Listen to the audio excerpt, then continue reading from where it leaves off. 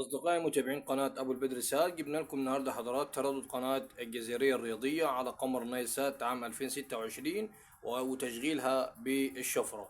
أولا بتفتح المنيو حضرات علشان تنزل القناة دي. القناة دي واخدة حقوق حضرات 20 مباراة في كأس العالم 2026.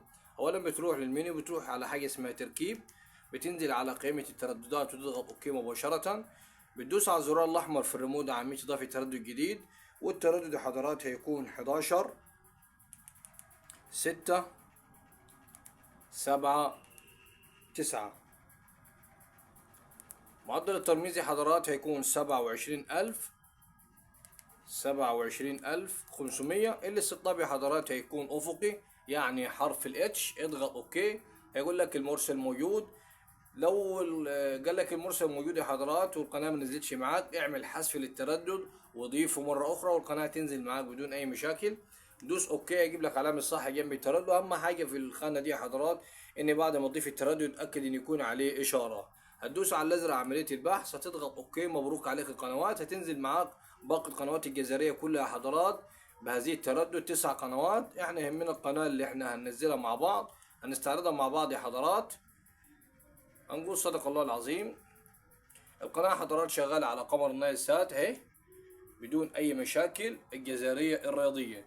في ميزة حضرات حبيت أعرفها لكم اهي، لوجو كأس العالم يا حضرات، إن القناة واخدة حقوق 20 مباراة في كأس العالم 2026. علشان تضيف الشفرة يا حضرات بتوقف على القناة كده بالشكل ده وتدوس على زيرو من الريموت، فتح معاك. ده الشفرة حضرات بتاعت القناة علشان تشتغل معاك بدون أي مشاكل على قمر النايل سات. وده اللوجو يا حضرات علشان محدش يقول لي واقف على قناة بالخطأ.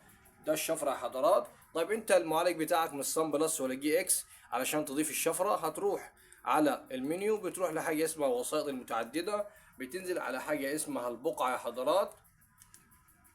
الخانة دي يا حضرات أنا عندي 3 قنوات شغالين بالشفرة يا حضرات. أولا بتدوس على الإضافة باللون الأحمر بالشكل ده، بتفتح معاك الخانة دي. هتجيب البيانات دي منين عشان تملاها؟